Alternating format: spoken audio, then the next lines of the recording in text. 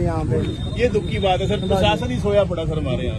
किसी ने खबर सार भी नहीं। जब सरकार सोई पड़ी है तो प्रशासन भी तो सो रहा होगा ना जी। जब सरकार ही सो रही है जी तो प्रशासन क्या क्या है इसमें? प्रशासन को जगाएगा तभी जगेगा ना जी। जगाओ जी, सुची सरकार हो जी, ਤੁਹਾਡੇ ਹੱਥ 'ਚ ਹੈ ਜੀ ਹੁਣ ਜੀ। सर ये एजेंसी आपके टाइम में कम से कम अधिकारी तो खड़े होते थे ना जी, पानी आ जाता था। अब तो अधिकारी भी होते हैं जी। अंबाले की तरफ ना नाला जाता था जी, ये जैसे ही मोटर होंगी जी इन्होंने नाला भी बंद कर दिया ना, कोई पैप दाबे सर, ये पानी सारा बैक मार के गाँव में बस रहा है जी। और कम से कम पूरे नहस तहस हुई पड़ी है जी, मकान गिर के कई तागड़ी लगाए शहीदों का गाँव है। हाँ जी, फौजियों का पिंड है जी, इतने बस बुरा ही हाल हो गया जी। 5 फुट पानी चढ़िया सर जी। साढ़े विधायक साहब इन्ने वधिया ने जी, कई बेचारे साढ़े दुख सुख के साथ इसमें निकासी तो है ही नहीं। रास्ते थे ना जी पहले पानी के, वो सब बंद कर दिया, कहीं पाइप नहीं दबाना है, कहीं कुछ करना। ये नदी सर जी जैसे 40 फुट चौड़ी है जी, 100 फुट के करीब होगी। हाँ जी, 40 फुट चौड़ी है जी, जैसे आगे मतलब ये 20 फुट पैप नहीं दाबा, कोई निकासी है।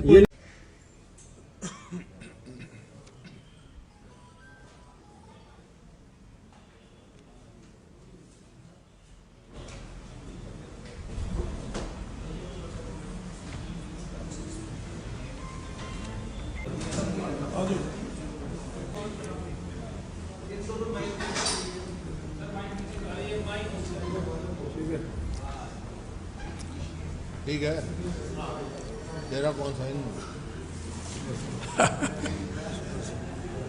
कोई नहीं, हो जाएगा।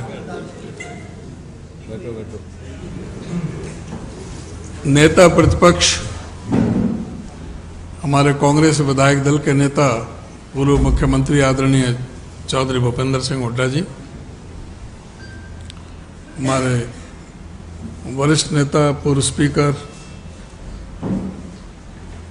श्री अशोक अरोड़ा जी, सुरेंद्र पवार जी विधायक जी, हमारे विधायक भारत भूषण बत्रा जी, हमारे विधायक वरुण मलाना जी, विधायक श्री जगबीर मलिक जी, जयवीर वाल्मीकि जी, हमारे वरिष्ठ साथी पूर्व मेंबर पार्लियामेंट श्री जयप्रकाश जी, पूर्व विधायकगण और अन्य मेरे साथीगण, और मेरे सभी प्रिंट मीडिया और इलेक्ट्रॉनिक मीडिया के सभी सम्मानित साथियों, जो प्रदेश में जो हालात, जो भयावह हालात जो बाढ़ के हुए हैं, उस संदर्भ में आदरणीय हुड्डा साहब, मैं, हमारे सभी विधायक पूर्व विधायक, हमारे वरिष्ठ नेतागण विभिन्न जिलों में सभी जगह बाढ़ का आकलन करने के लिए वहाँ पर गए थे। मैं भी करनाल जिले में, यमुनानगर जिले में मुझे भी जाने का मौका मिला। हुड्डा साहब अम्बाला में, कुरुक्षेत्र जिले में गए थे, बाकी और साथी अपने अपने जिलों में गए थे। तो वहाँ जो हालात, जो परिस्थितियाँ देखी, पूरा मैं समझता हूँ बिलासपुर से लेके बबैन तक इधर पूरा यमुनानगर जिला, इंद्री और शाहबाद, वो पूरी तरह से पानी में डूबा हुआ था। खेतों में 6-6, 7-7 फुट पानी था। कई गांव टापू बने हुए थे जहां पर जाने के सारे रास्ते बंद थे, ट्रैक्टर भी नहीं जा सकते थे। काफ़ी गांवों में जहां संभव हुआ हम ट्रैक्टर से पैदल जा सके, वहां पर लोगों के बीच में बातचीत करी। तो एक तो सरकार की तरफ से कोई नुमाइंदे नहीं थे, प्रशासन पूरी तरह से अति संवेदनशील होने की बजाय संवेदनहीन हमें रूप में वहाँ पर मिला, कहीं कोई व्यक्ति नहीं मिला। और पानी की स्थिति ये थी कि जो चाहे वो सरस्वती नदी, रॉक्सी नदी, सोम नदी, पथरावा नदी, चितंग नदी, जो शाखाएं हैं, उनकी वजह से भयावह स्थिति बनी। और जो मुख्य रूप से जो दादूपुर नलवी जो नहर थी, जो 50-60 साल से इन जिलों की मांग थी, कुरुक्षेत्र की और विशेषकर यमुनानगर जिले की, अंबाला जिले की, उनकी मांग को स्वीकार करते हुए हुड्डा साहब ने उसको मंजूरी प्रदान की थी और उसको बनाने का काम किया था। लगभग पूरी हो चुकी थी, थोड़ी बहुत बच रही थी, लेकिन इसी दौरान सरकार बदलने के बाद जो एक बहुत ही जरूरी जो प्रोजेक्ट था उस इलाके के लिए, उसको इन्होंने डी नोटिफाई कर दिया और उसकी वजह से किसानों ने कई जगह उसको समतल कर दिया, तोड़ के नहर को। आगे उसमें रोकने के लिए तख्ते लगे हुए थे, तो पानी को बहाव के लिए जो रास्ता चाहिए था वो उसको नहीं मिला और जिसके वजह से ये स्थिति वहाँ पर बनी। और दूसरा, जो यमुना में जो हर वर्ष का एक प्रक्रिया होती है कि जहाँ तटबंध बने हुए हैं उनको मजबूती प्रदान करें, उनको मेंटेनेंस करने का, और जहाँ आवश्यकता समझें वहाँ पर नए स्टड लगाने का, स्पर लगाने का, जो ठोकरें होती हैं।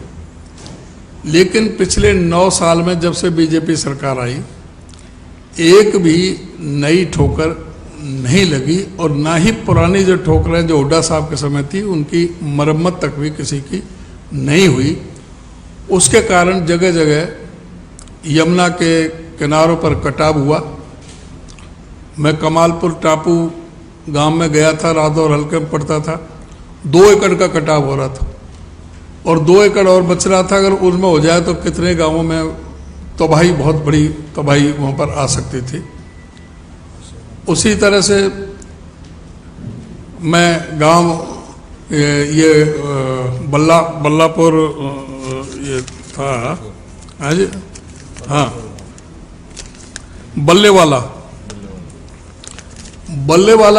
बांध बनवाया था हुड्डा साहब ने और उस बांध की वजह से वहाँ फ्लड नहीं आता था, लेकिन वहाँ जो इलीगल माइनिंग का पूरा जाल बिछा हुआ था।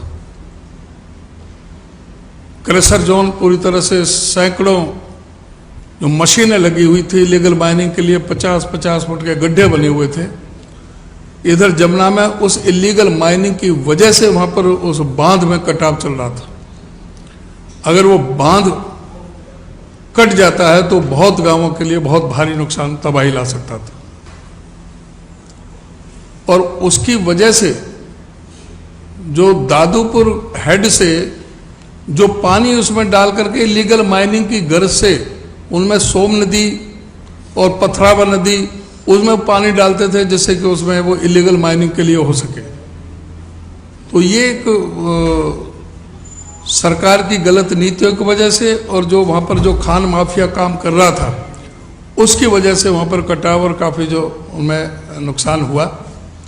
और उस मैं ये कहना चाहूँगा कि सारा जो हमने वह माहौल देखा, जहाँ 6-6, 7-7 फुट पानी भरा हुआ था, तो पूरी तरह से जहाँ फसल तबाह हो गई थी वहाँ पशु चारा किसी भी तरह से नहीं उपलब्ध रहा।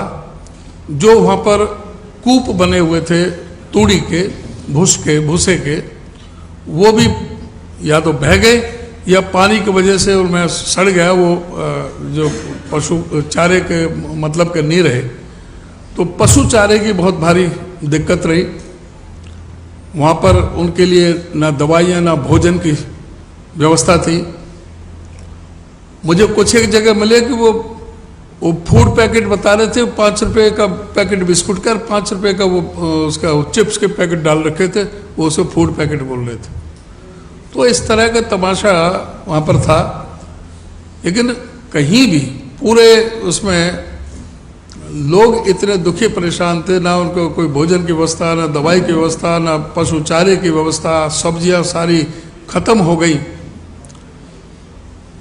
आगे ये भी खतरा बना हुआ है कि बीमारी भी वहाँ पर पनप सकती है। जब गर्मी पड़ेगी, पानी जो रह जाएगा, कुछ बह जाएगा, कुछ रह जाएगा, उसके लिए भी अभी सरकार सचेत रही है। और जितने भी उस इलाके में ट्यूबवेल या जो बोर लगे हुए थे, जो मोटरें थी, वो सारी कंडम हो गई, वो सारी जो मोटरें हैं वो खराब हो गई। बोर में सब में पानी चला गया, मोटर में पानी चला गया, वो किसी काम की नहीं रही। तो हमने मांग की है कि एक तो वो फसल तो जो पूरी तरह से बर्बाद होगी उसकी स्पेशल गिरदावरी करवाना चाहे तो कर लें अपनी संतुष्टि के लिए, फॉर्मेलिटी के लिए, नहीं वो तो सबको दिख रही है कि सारी तबाह हो चुकी फसल। तो कम से कम 40,000 रुपये प्रति एकड़ के हिसाब से उसमें मुआवजा दिया जाए किसानों को, जिसकी कुछ उनके मरहम लग सके उनके घावों पर। पूरी तरह से टेंशन बनी हुई है, वहाँ पर बहुत ज़्यादा लोग चिंतित हैं।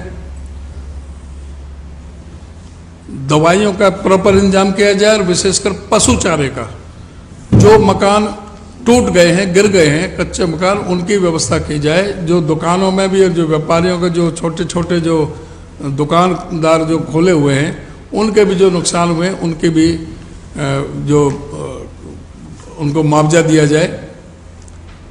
और जो 16 व्यक्ति जो जिनकी डेथ हुई है, जिसका इन्होंने 4 लाख रुपए का मुआवजा किया, 4 लोग मिसिंग भी हैं, जिनका पता नहीं है जिंदा है मुर्दा है, कहाँ गए उस बाढ़ में, उनका भी आवश्यकता है। और 4 लाख तो ये ऊंट के मुंह में जीरे के समान है। हमने गवर्नर साहब के सामने कहा था कि इसको भी मुआवजे को 4 लाख नहीं, इसको कम से कम 20 लाख इसका मुआवजा दिया जाए। जो नुकसान हुआ है, जो ट्यूबवेलों में जो उनकी मोटरें फूकी हैं या जो और तरह का जो नुकसान हुआ है, उसकी भी इसमें आपूर्ति की जाए। और आने वाली ये जो समस्या जो विकराल रूप धारण कर सकती है, उसकी तरफ भी गंभीरता से ध्यान दें कि कहीं ये बीमारियां भी हो सकती है। अभी से ही दवाइयों का और डॉक्टरों का विशेष करके ध्यान रखा जाए। ये हमने आज गवर्नर साहब से, हमने आदरणीय हुड्डा साहब और सभी जो सीनियर जो लीडर्स विधायकगण, पूर्व विधायकगण वहाँ पर मिले थे, उन्होंने आश्वासन दिया है। लेकिन हमें इसमें आपका बहुत भारी इसमें सहयोग और समर्थन चाहिए, जिससे कि लोगों को लगे, उनके घावों को मरहम लग सके। ऐसी हम आपसे कामना करते हैं। अब मैं आदरणीय हुड्डा साहब से अनुरोध करूंगा कि वो अपने और जो सवाल पूछना है आपने मेरे से पूछना है, मेरे से पूछे। आदरणीय हुड्डा साहब बैठे, उनसे जो सवाल पूछना है आप उनसे पूछे। वैसे वो सारी चीज़ ब्रीफ कर दी है।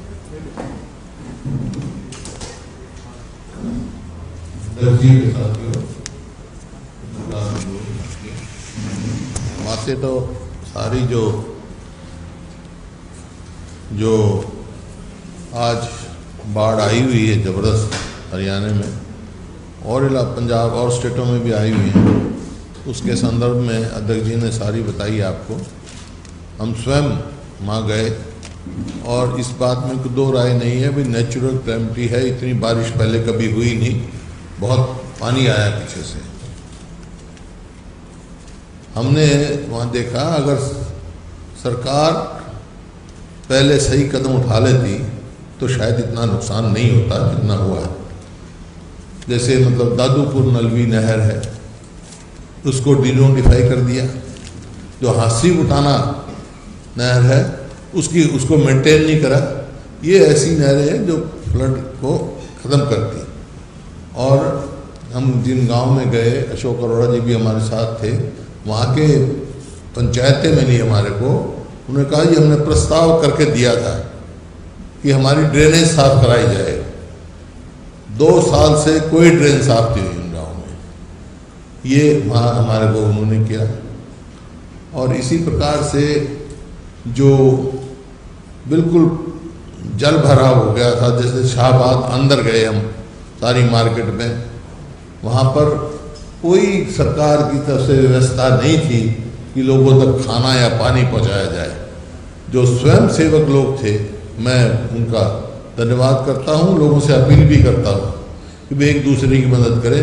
वो लंगर लेके जा रहे थे ट्रॉलियों में, घर घर तक उन्होंने खाना पहुँचाया, पानी उन्होंने पहुँचाया, लेकिन सरकार कहीं सक्रिय दिखाई नहीं दी है। और हाँ, 50 घंटे तक तो बिजली और पानी, 55 घंटे बिजली पानी बंद रहा वहाँ। तो आदमी बगैर पानी, बगैर बिजली और उसका कहीं ड्रेनों की सफाई नहीं हुई और शहरों में सीवरेज की सफाई नहीं हुई। और जैसा कहा अध्यक्ष जी ने, यमुना पे जो ठोकरें बनती हैं, अब इन्होंने फ्लड कंट्रोल बोर्ड की मीटिंग की जनवरी में। मैं सरकार से पूछना चाहता हूँ, कोई राजनीतिक बात से नहीं, कि भाई जो फैसले हुए धरातल पे कितने उतरे, कितनी ड्रेन साफ कराई, कितनी ठोकरें बनाई, कितने बंद जो है मजबूत किए, क्योंकि जो हमारे समय के बंद बने हुए थे वो भी लीक कर गए। तो इस वजह से, और सबसे बड़ा जो नुकसान हुआ है, मैं समझता हूँ यमुनानगर से लेकर और पलवल जिले तक जो यमुना के साथ साथ है, वो इलीगल माइनिंग की वजह से हुआ है। जैसे एनजीटी ने भी बार बार कहा कि रास्ता बदल गया, स्टेट का एक्सचेंज का तो नुकसान हो ही रहा है।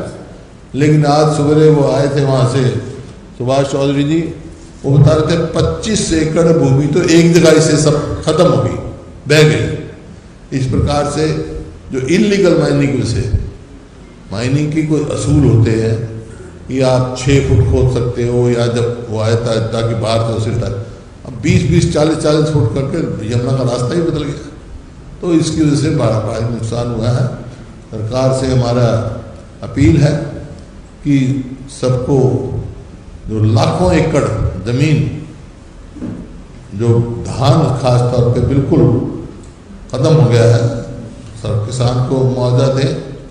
मकान जो बेघर छत के हो गए लोग, बहुत मकान टूटे हैं गरीब आदमी के, उनको पूरा मुआवजा दें। जो इन्होंने अनाउंस किया है डॉक्टर अंबेडकर नवीनीकरण का, उसका तो मैक्सिमम लिमिट 80,000 है, तो 80,000 में क्या होगा?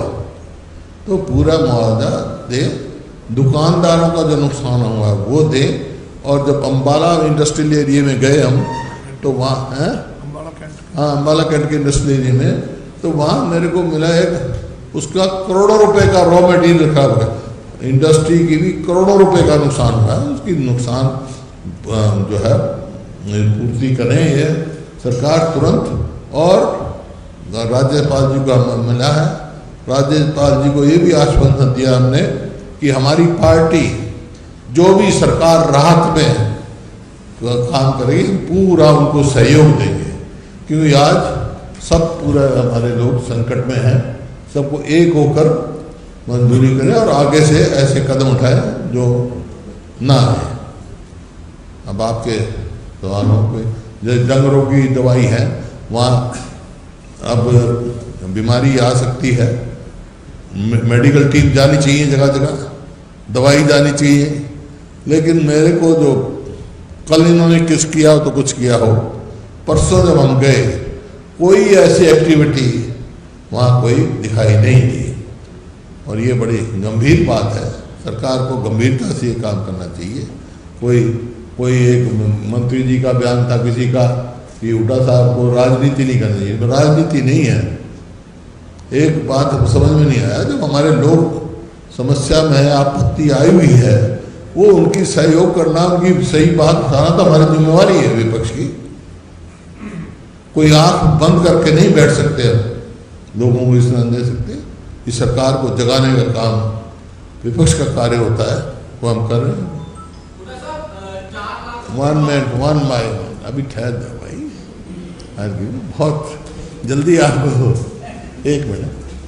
तो और भी कोई इस प्रकार से पशुओं के चारे का, पशुओं के मतलब वेटनरी सर्जन तो वैसे मतलब 50% पोस्ट तो खाली है हरियाणा में। तो अब वहाँ पुशिंग करना चाहिए, जहाँ आर्मी की जरूरत हो आर्मी कॉल करनी चाहिए, जहाँ एयरफोर्स की जरूरत हो वहाँ एयरफोर्स का करना चाहिए, जहाँ एनडीआरएफ की जरूरत है वहाँ एनडीआरएफ वालों को बुलाना चाहिए। जो भी राहत का कार्रवाई से, जो मैं परसों तक मैं देखा राहत की कार्रवाई नहीं चल रही थी, तेजी से जानी चाहिए राहत की कार्रवाई के लिए। अब पूछो आप कोई सवाल।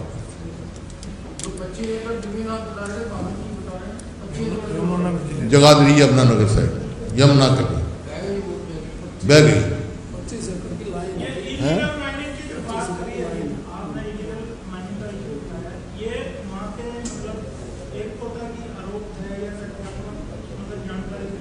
नहीं तो एनजीटी ने कहा है ये यमुना रास्ता बदल चुकी, नेशनल ग्रीन ट्रिब्यूनल के भी कई बार आ चुके। डाडम का आपने देखा क्या हुआ, कुछ मजदूर मर गए थे, आपको एसआईटी बिठाई थी, कोई रिपोर्ट नहीं आई उसकी, सबको मालूम है। और सीएजी की रिपोर्ट है, सीएजी ने 5,000 करोड़ रुपए का एक साल का, शायद मैं देखता हूँ अगर मेरे पास होगी तो।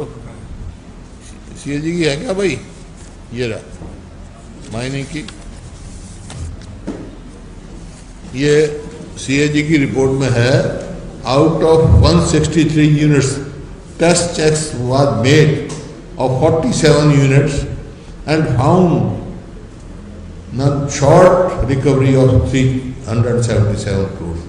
जब इतने एक सीएजी की रिपोर्ट है तो इट रिवील्स करप्शन के स्टेज पर है। आप हम देख रहे तो सीएजी की रिपोर्ट है। नुकसान शॉर्ट ऑफ रिकवरी जो होनी चाहिए थी ना, हाँ हाँ, इलीगल माइनिंग की वजह से तो हुआ ना।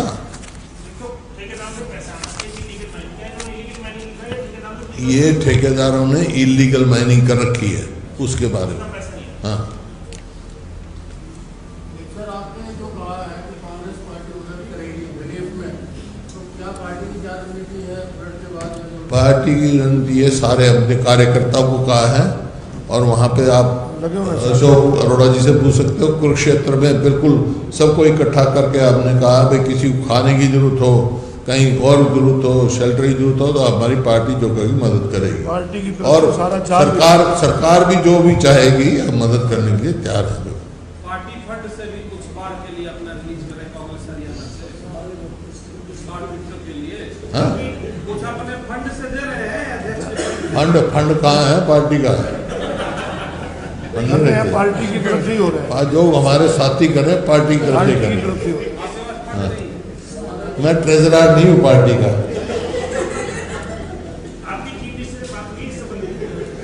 नहीं, मेरी बात नहीं है, नहीं बात नहीं हुई, लेकिन ये तो चीफ मिनिस्टर की ड्यूटी थी, ऑल पार्टी मीटिंग बुलाते, और क्राइसिस में हुई तो दैट वाज हिज ड्यूटी। वो स्टेट क्राइसिस में है, he should have called all party meeting और बताते हैं ये समस्या है, ये समाधान माने होंगे।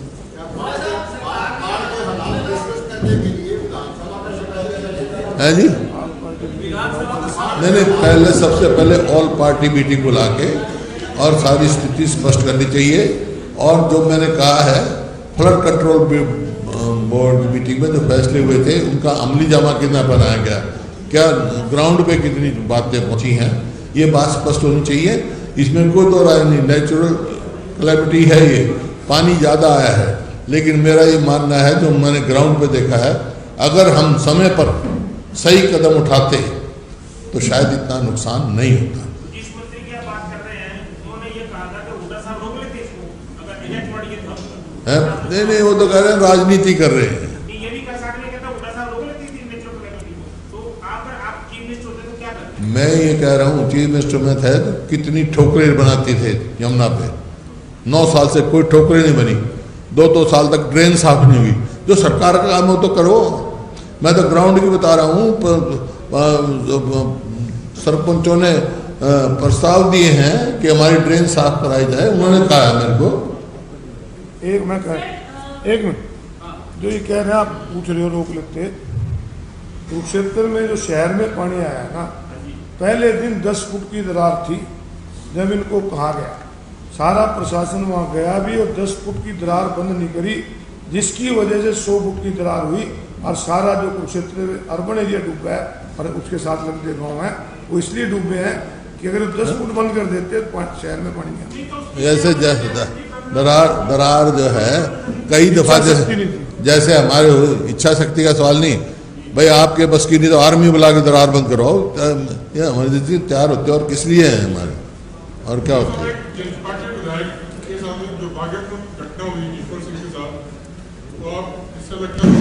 देखिए मैं इस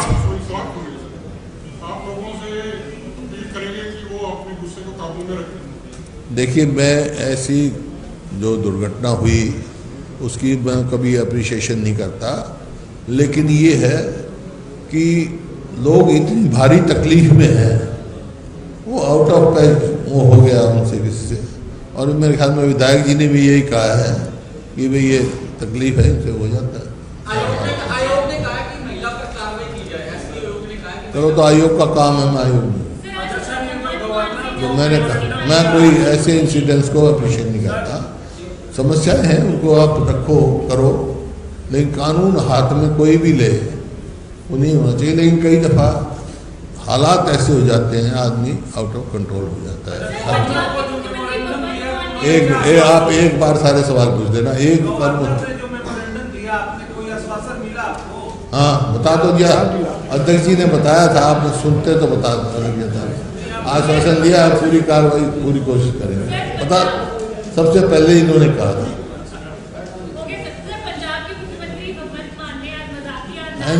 पंजाब के मुख्यमंत्री भगवंत मान ने आज मजाकिया अंदाज में कहा कि इस वक्त पंजाब में पानी बहुत है, हरियाणा को चाहिए तो हम देने के लिए तैयार हैं। ऐसा है, अगर SYL को डिनोटिफाई नहीं करते, SYL हरियाणा में आ जाती तो आज पंजाब में पानी नहीं आता। SYL खुदवा के हरियाणा का पानी दे, पंजाब में फ्लड नहीं आएगा। जो बर्बादी हुई है बर्बादी नहीं होती। सरकार ने जो ऐलान किया कि मृतकों के परिवार को 4 लाख रुपए मुआवजा दिया जाएगा, क्या ये उचित नहीं है? इससे ज्यादा ये भी अध्यक्ष जी ने कहा था, 20 लाख की डिमांड तो कोई है यार। जो सवाल जो बात कहे जाए तो उसका कोई रेपिटेशन मतलब नहीं, ऐसे नहीं बोलते है जी।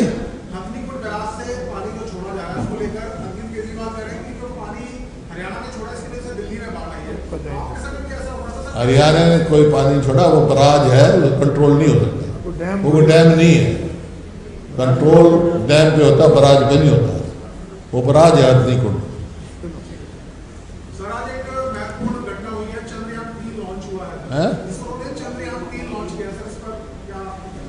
पहले आज की तो ये जो जिस अच्छा है हमारे देश में, अच्छा है चंद्रयान हो, मेरी शुभकामनाएं हैं।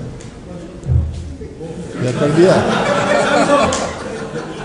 दिया काम तूने। This is non performing government. जब एक कैबिनेट का फैसला था तो इम्प्लीमेंट करना चाहिए।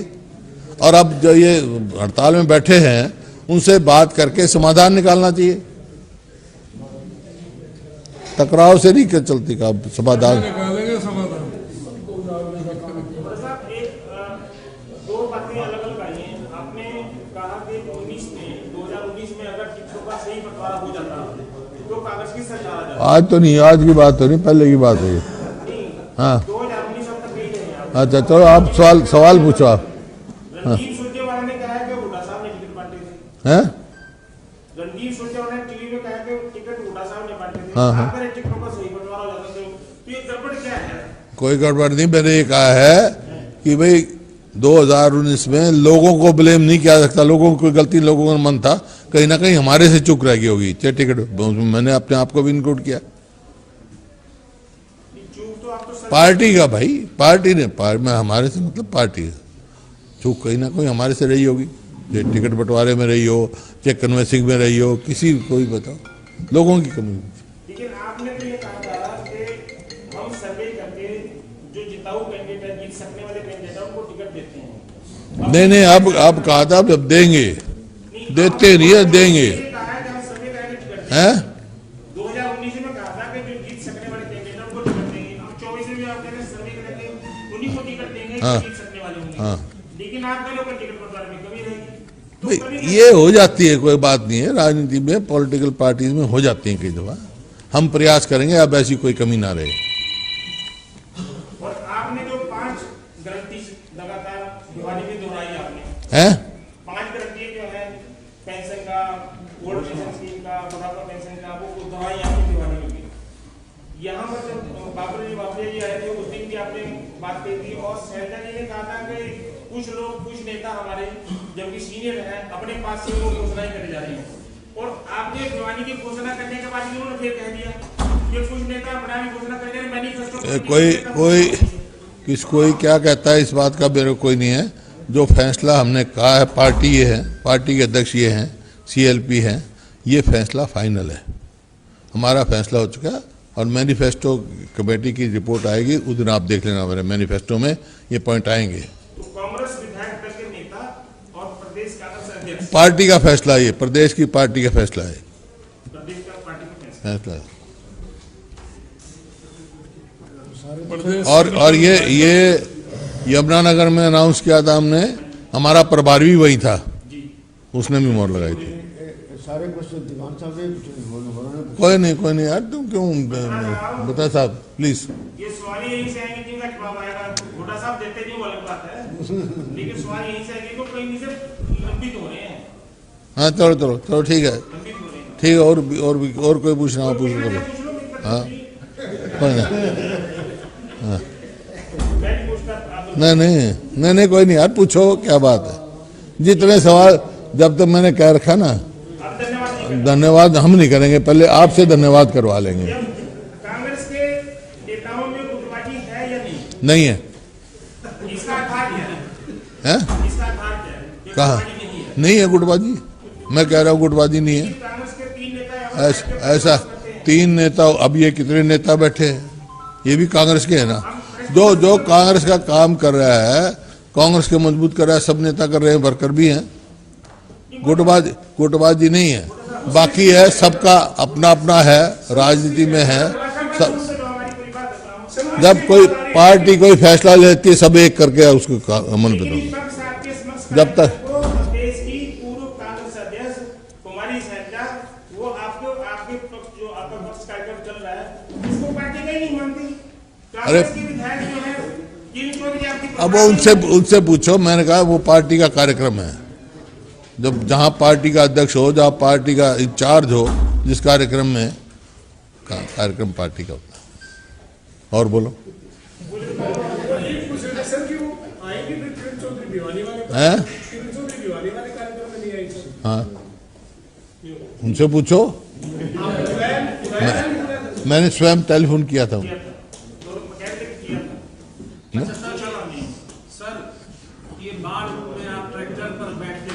और कोई बात भी होगी तुम्हारे जो फ्लड के बारे में मीटिंग बुलाई, वो तो सवाल पूछ नहीं रहा तुम। वही पूछ रहा हूँ, बाढ़ का पूछ रहा हूँ।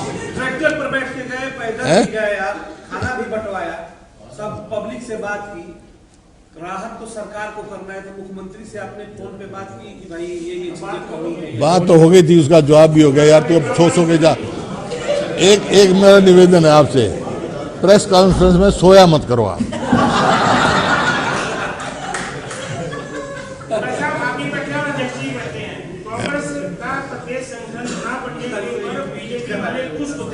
और कहते हैं कि कांग्रेस का संगठन नहीं बना, हमारे तो पन्ना प्रमुख ही बन गए। इस संगठन ऐसा है, वो तो उनके तो पन्ना प्रमुख बने हैं ना, वो तो पन्ने तक पहुंचे। अभी हम तो घर घर पहुंच गए, हाथ के हाथ जोड़ने में घर तक पहुंच गई कांग्रेस, तो बहुत आगे उनसे हैं। तो बहुत घर घर नहीं पहुंचे क्या, हाथ से हाथ जोड़ा। बाकी संगठन हमारा चुनाव हुआ था, वो सब अभी राजस्थान में 3 दिन पहले बना है। चुनाव हुआ ना, भर्ती हुई, पीसीसी के मेंबर बन गए, इलेक्ट हो गए, एआईसीसी के हो गए, बाकी हो जाएगा, जल्दी हो जाएगा। चुनाव के बिल्कुल नजदीक संगठन बने, ऐसे ही हरियाणा में जब चुनाव आ जाए तभी बनेगा। हैं? राजस्थान का जो संगठन बना, चुनाव से पहले बन जाएगा। और वो नहीं, आपको पता है कि 1 साल के दरमियान 3 हमारे प्रभारी चेंज हुए हैं। जो भी नया प्रभारी आता है वो भी उस पर विचार करता है, जल्दी बन जाएगा। तो वो अपने कर रहे हैं। और जो है ना, जो गंभीरता उन्होंने दिखाई, आपको पता है कि 2 दिन तो पूरे यहाँ चंडीगढ़ में लगाए थे, फीडबैक वो ले रहे हैं, सबसे जानकारी भी ले रहे हैं। तो जो हमारा जो संगठन जो है वो बहुत जल्दी बन जाएगा, कोई दिक्कत नहीं। और जो है पन्ना प्रमुख ये सिवाय इनका मीडिया में प्रचार है, कोई इनके पन्ना प्रमुख कहीं नहीं है। पन्ना प्रमुख अगर इनके होते, पन्ना प्रमुख ये 30 वोट पे एक पन्ना प्रमुख बताते हैं, तो एक बूथ में 1000 का एवरेज में मान लो तो 30 पन्ना प्रमुख हो जाए। तो जो इनका प्रदेश अध्यक्ष 52,000 वोट से नहीं हारता अगर इनके पन्ना प्रमुख होते। अगर इनके पन्ना प्रमुख होते तो 14 में से 12 मंत्री नहीं हारते। पन्ना प्रमुख क्या, ये सिवाय प्रचार करते हैं और इनका कुछ नहीं। मुझे तो अपने विधानसभा में मुझे तो ये आज तक एक पन्ना प्रमुख नहीं मिला कि ये बीजेपी का पन्ना प्रमुख। ये सवा प्रचार है और सिर्फ मीडिया तक ऐसा है, कुछ चीजें कागजों में होती है, कागजों में, ये कुछ कागजों में होती है, बात करते हैं। इनका कोई पन्ना प्रमुख नहीं है कहीं। लोग हरियाणा के लोग मन बना चुके हैं। 24 में 36 बिरादरी एक होकर कांग्रेस पार्टी की सरकार बनाएंगे, मन बन चुका। और इसमें कोई प्रत्यक्ष को प्रमाण की जरूरत नहीं होती। पन्ना प्रमुख है, कहाँ गए थे भाई जब इनकी मीटिंगें कैंसिल हो रही हैं, इनके बड़े बड़े नेता आ रहे हैं, कहीं 2000 आदमी हो रहे हैं, कहीं 2500 आदमी आ रहे हैं, और हमारे विपक्ष आपके समक्ष में भिवानी में लाखों आदमी हो रहे हैं। ये आप अगर आप की ठीक असेसमेंट है, खुद नजरे ठीक है, तो आप खुद ही इस बात को फैसला कर लो। लेकिन चौधरी वीरेंद्र सिंह क्यों कहते हैं कि हुड्डा साहब को सारे कांग्रेस नेताओं को साथ लेके चलना चाहिए, अकेले मत चलने? वीरेंद्र सिंह कौन से कांग्रेस? वो कांग्रेस में है? कांग्रेस में है क्या? अरे वो अपना देखे भाई, अपना देखे।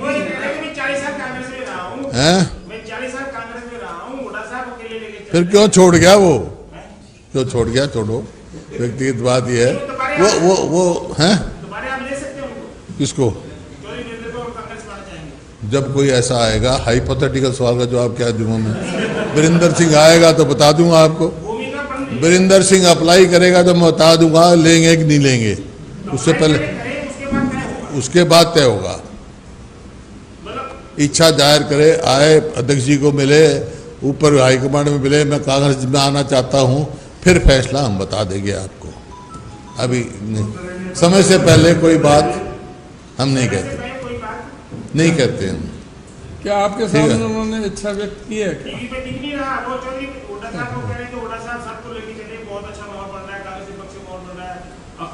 वो थोड़ा ऐसा है, कभी कभी थोड़ी बहुत सच बोल देता है। वो माहौल बन रहा है कांग्रेस का, ये सच कह रहा है वो, भाई के नाते वो सच कह रहा है।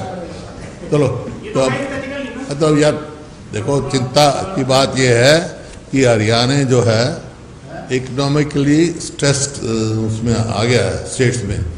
पहले 3 स्टेट थी इकोनॉमिक स्टेट, वो थी अपना केरल और पंजाब और वेस्ट बंगाल। अब 7 स्टेट हो गई। मैं बता रहा हूँ आपको, गवर्नमेंट की है। तो 12th फाइनेंस कमीशन की जो है, उसमें पहले 3 स्टेट थी 12th फाइनेंस कमीशन में चुका, अब 7 स्टेट हो गई हैं। 7 में से अब हरियाणा भी उसमें आ गया, और हरियाणा तीसरे नंबर पे है। पहले नंबर पे है पंजाब, दूसरे पे केरल और तीसरे पे हरियाणा। क्योंकि 2014-15 से 2022-23 तक जो है स्टेट लायबिलिटी तो 18% बढ़ी है, और स्टेट जीडीपी जो है 14% हुआ है। तो there is gap between liabilities and GDP. Liabilities 18% बढ़ी हैं और जीडीपी 14%, जबकि 2005 से लेकर 2013-14 तक जो लायबिलिटीज का ग्रोथ था वो 14% था और जीडीपी का ग्रोथ 18% था। तो इस वास्ते हमारी ये हमारे लिए चिंता का विषय है। 7 स्टेट्स है, आंध्रा, हरियाणा, केरल, पंजाब, राजस्थान, तमिलनाडु, वेस्ट बंगाल।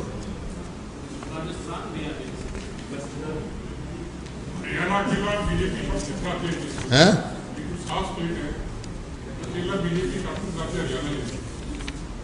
जो भी है ये है।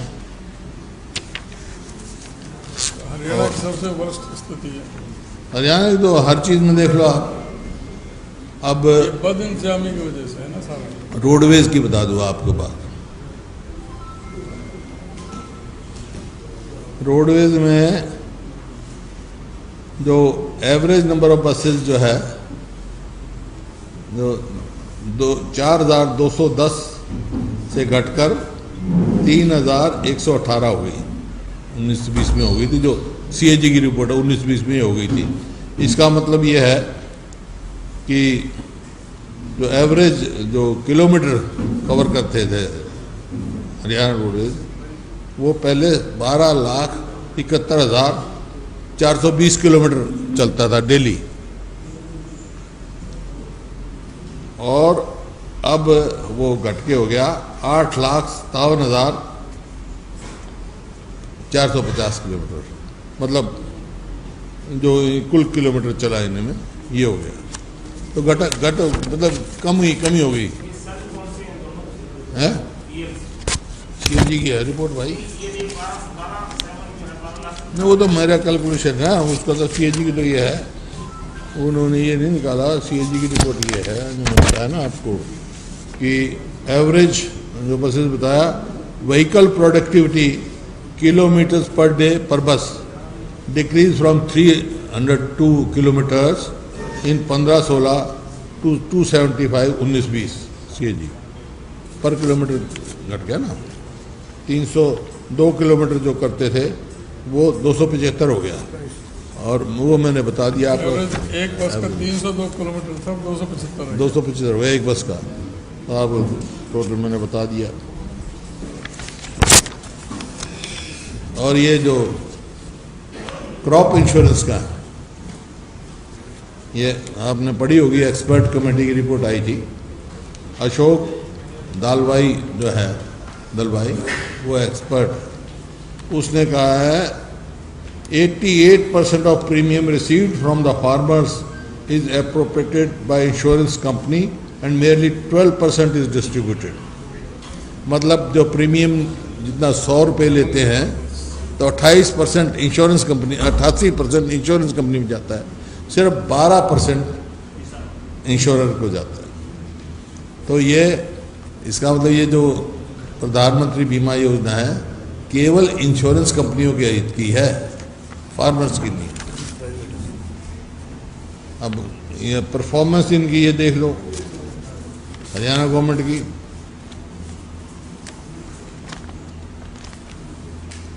टोटल एक्सपेंडिचर के लिए, कैपिटल एक्सपेंडिचर के लिए सेंट्रल गवर्नमेंट ने 7,49,000 रुपये दिए थे सारी स्टेटों को, जिसमें से किसकी कितनी परफॉर्मेंस है।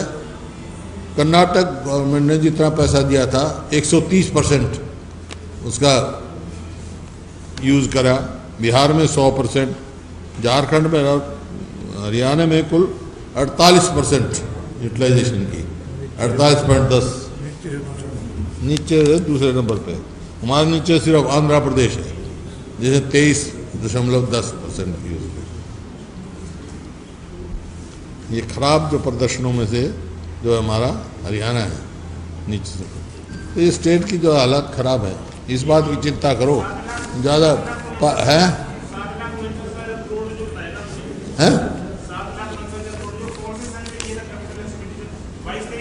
हाँ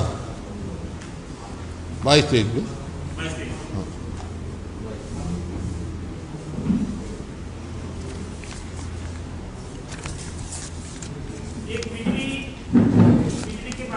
हैं?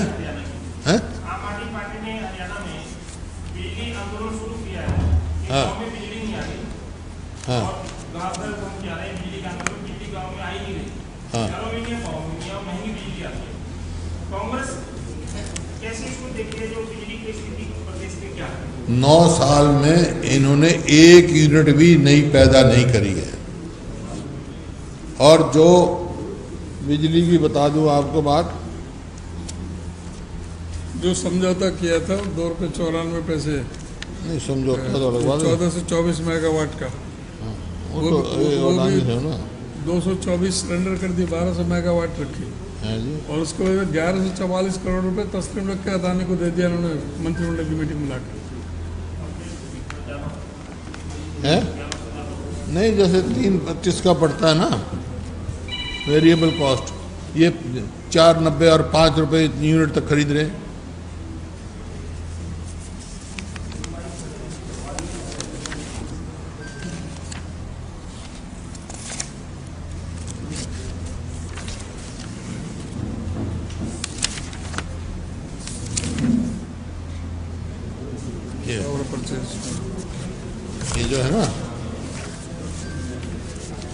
सीएजी की रिपोर्ट है पावर परचेज एग्रीमेंट्स पे। CAG reported that Haryana power purchase centre constituted to make independent power purchase extended favor to provide power producers by purchasing power at the rate of rupees 4.90 to rupees 5 per unit, as against variable cost of 3.25 to 3.88 unit of the state-owned generating units। जो हमारी state-owned generating units हैं वो cost करती है हमारे को 3.25 से लेकर 3.88 तक, जबकि इन्होंने परचेज की है 4.4 रुपये 90 पैसे से लेकर 5 रुपये तक। क्यों? क्योंकि इन्होंने एक यूनिट भी बिजली पैदा नहीं करी 9 साल में। 800 मेगावाट का जो पावर प्रोजेक्ट था हमारे साइड में क्लियरेंस हुई थी, कोई शुरुआत करना था 9 साल के बाद। अब तक ये फैसला नहीं कर रहे हैं। कभी कह रहे हैं उसको कोल हेड पे ले जा रहे हैं, यमुनानगर में लगना है वो, और कोल हेड पे ले जाने के लिए स्टेट को बहुत महंगा पड़ेगा, यहीं लगाना चाहिए इनको। झारखंड की बात कर रहे हैं। नहीं हुआ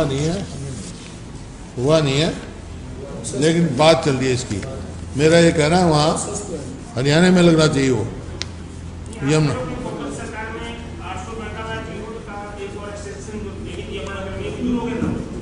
नहीं, इन प्रिंसिपल बात हो गई थी भाई यहाँ 800 यूनिट का हम लगाएंगे, तो शुरू हो जाता तो हमने तो सारे हमने ही लगाए हैं पावर प्लांट, इन्हें तो एक नहीं लगाया। हमारी गवर्नमेंट आती तो हम कभी का 800 यूनिट मेगावाट कभी से तैयार करके चालू कर देते। 9 साल में इन्होंने यही नहीं फैसला किया कोल हेड पे जाएगा या यहाँ बनेगा।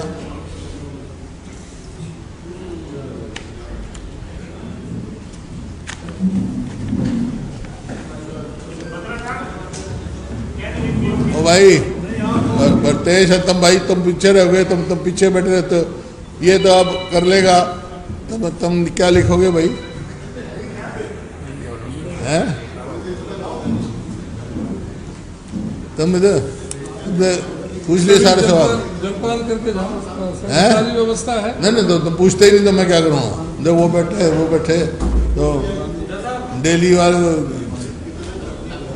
मैं तो इंग्लिश का अखबार ट्रिब्यून पढ़ता हूँ, उसका कोई सवाल नहीं आया। मैं टाइम्स ऑफ इंडिया पढ़ता हूँ, उसका नहीं आया। हिंदुस्तान टाइम का नहीं आया। फिर भाई स्टेट्समैन का नहीं है। फिर ना तेरी तो कटिंग आती है, मेरे पास। आज सवेरा मैं आपके अखबार की देखो नहीं, मैं सही बात कहता हूँ। आपकी आती मेरे पास कटिंग, सिर्फ वही आती है जो हरियाणा से और मेरे से कंसर्न हो, और नहीं पढ़ता मैं आपके अखबार में।